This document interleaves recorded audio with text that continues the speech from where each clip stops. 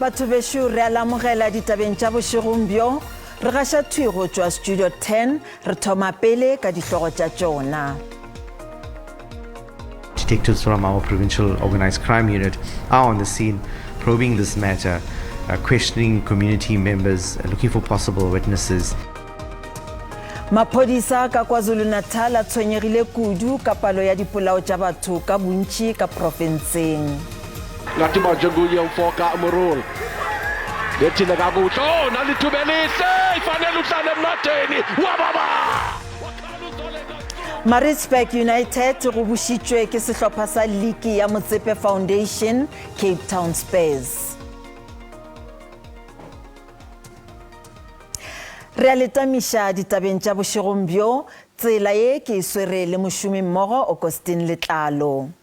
Maphodisa ka KwaZulu-Natal a re a hlobaetšwa ke palo ya dipolao tša batho ka bontši ka profenseng se ka morago ga go thuntšwa le go bolawa ga batho ba šupa ka hostel ya Clevelands ka Umlazi pijana mesong ye. Batho ba bangwe ba babedi bao le bona ba thuntšitšwego ba amogetšwe bookelong. Ka Labohlano maphodisa a be a thuntšana le dinokwane mo go hlokofetšego bagononelwa ba bararo ka Westville, Durban.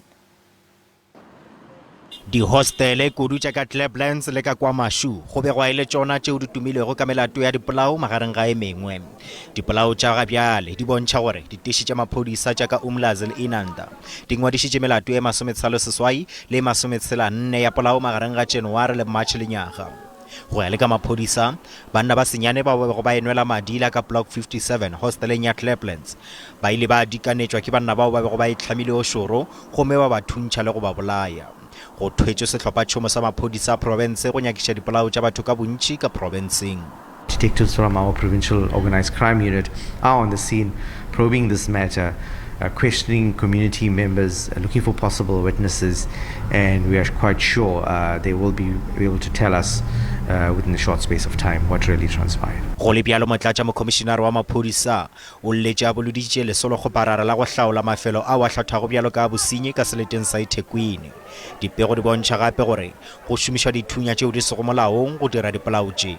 We have found some firearms, not necessarily here, but in other operations that are taking place, like I've indicated to you, these are simultaneous operations. There are firearms that have been recovered, rifles, pistols, ammunition, and here we have closed about 5 taverns or 5 ship-ins, so unlicensed liquor outlets. Maphodisa e piletša go setšhaba go fana ka tshedimošo efe goba efe yeo e ka ba thušago go lota mehlala ya dipolao tša ka Clevelands go fihla ga bjale a go motho yo a golegolego go amantšhwa le polao ye. Go sa le bjalo badudi ba motse wa Motšhuphisi kgauswi le Malamulele ka Limpopo ba phela ba tšhogile go latela tiragalo ya mothuntšano mo go hlokofetšego batho ba babedi go a go bala ba tshela ka lefelong la go rekiša madila ka Labone. Bao ba gobetšego ba amogela thušo ya kalafo ka bookelong. Maphodisa a re banna ba sa tsebego ba seswai ba thuntšitše batho ba sa kgethe. Go begwa ge batho ba go balelwa go lekgolo ba be ba iketlile ka lefelong la go nwela madila ge ba tla dikanetšwa le go thuntšwa. Tiragalo ye e hlotše go tswalelwa ga lefelo le. Go sa le bjalo lesolo la go nyakana le banna ba seswai bao go begwago e le bao ba dirilego bošula bjo le sa tsene fase. Badudi ba Motšhuphisi le bona ba re ba nyaka bagononelwa bao. Tona ya maphodisa Peggy Cele o tshepišitše badudi ba Soshanguve ka leboa la Pretoria gore go se go ye kae ba tla golega babolai ba morutwana wa mengwaga e 17 wa Marematlou Palesa Malatši. Malatši o phailwe theto ka kgang le go bolawa ge a boa sekolong beke ya go feta. Batho ba 10 ba šetšwe ba hlabilwe ke maphodisa ka dipotšišo. Cele o be a bolela le batla polokong ya lekgarebjana leo. Mashaledi a setopo sa molwela tokologo le leloko la mokgatlo wa PAC Sonwa Bonqale a bolokilwe gape ka dirapeng tša bagale ka Zwide ka Cebega ka Eastern Cape le Hono. Ngale yo a tsebjago ka la paper o belegwe ka Port Elizabeth ka 1963 gomme a golegwa ka KwaZakhele. a golela ka Zwakhele. O hlokofetse ka Agostose ka letšatši la boraro 1986 nakong ya diphapano le ditlhaselo tša UDF le Azapo mo go ile go a hlokofala bakgathatema ba bantši ba dipolotiki le balwela tokologo. Mogale le molwela tokologo o bolokilwe ka tlhompho le seriti seo se swanetšego mogale yo a ilego a gafela bophelo bja gagwe go lokolla badudi ba Afrika Borwa. Le ge a bolailwe e sa le o muswa, tema yeo a ikgathilego swanwabo ngale ya go lwela tokologo e sa dutše e le bohlokwa. Balapa labo ba mo hlalositše bjalo ka motho yo a bego a rata batho le thuto. Azapo e kanne go tšwetša pele mošomo wa gagwe o mo botse.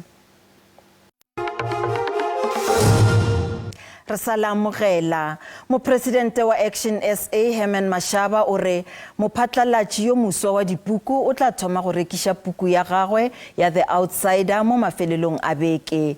Puku ile ya tsoša dipolelo di gana go fela morago ga gore go utullwe gore mosekaseki wa dipolitiki Prince Mashele o boletše maaka ge a re Mashaba ga se a ntšha le ka sente ya lešidi gore puku yeo e phatlalatšwe. Seo se ile sa dira gore baphatlalatši ba dipuku Jonathan Ball ba emiše go irekiša ka baka la seo ba se bitšago go hloka botshepegi.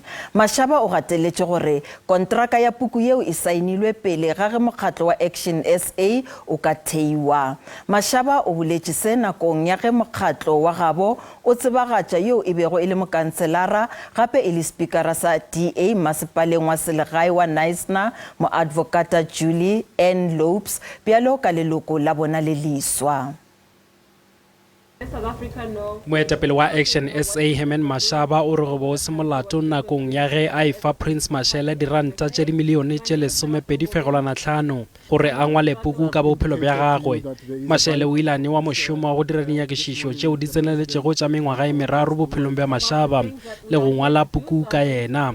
O re tumelelano ya puku yeo e sainilwe ge e be e sa le meara wa toropo ya Johannesburg. I'm sure all of you are aware the contract with Prince Mashele was signed on the 10th of March 2019.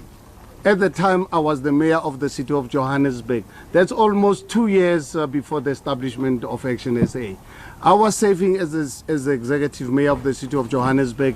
Go latofatša gore Mashele o ile a bolela maaka nakong ya ge a re o thegile puku yeo ka Masheleng go tšwa potleng ya gagwe.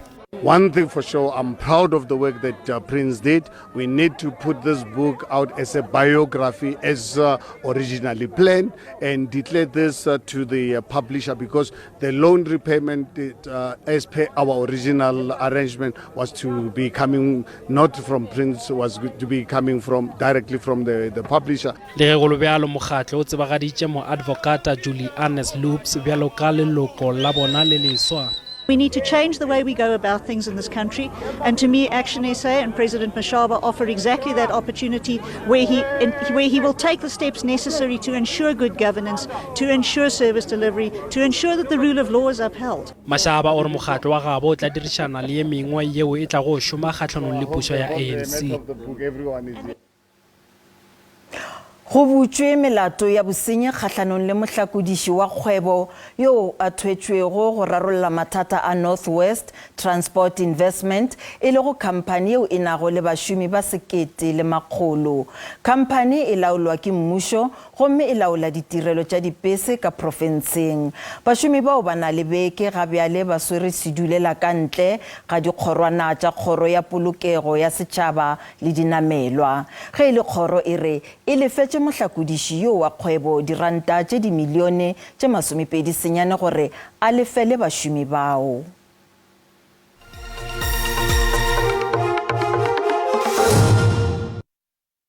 Tša dipapadi, Cape Town Spurs e thupile papadi ya bona ya bobedi ya PSL Promotion Playoffs morago ga go fenya Maritzburg United ka nno e tee go lefela lepatlelong la Athlone le Hono. Se se kaonafatša menyetla ya Spurs ya go hlatlošetšwa leaking ya PSL sehleng seo se tlago. Bagešo di felela mo go latela kakanyo ya maemo a boso. Thobela.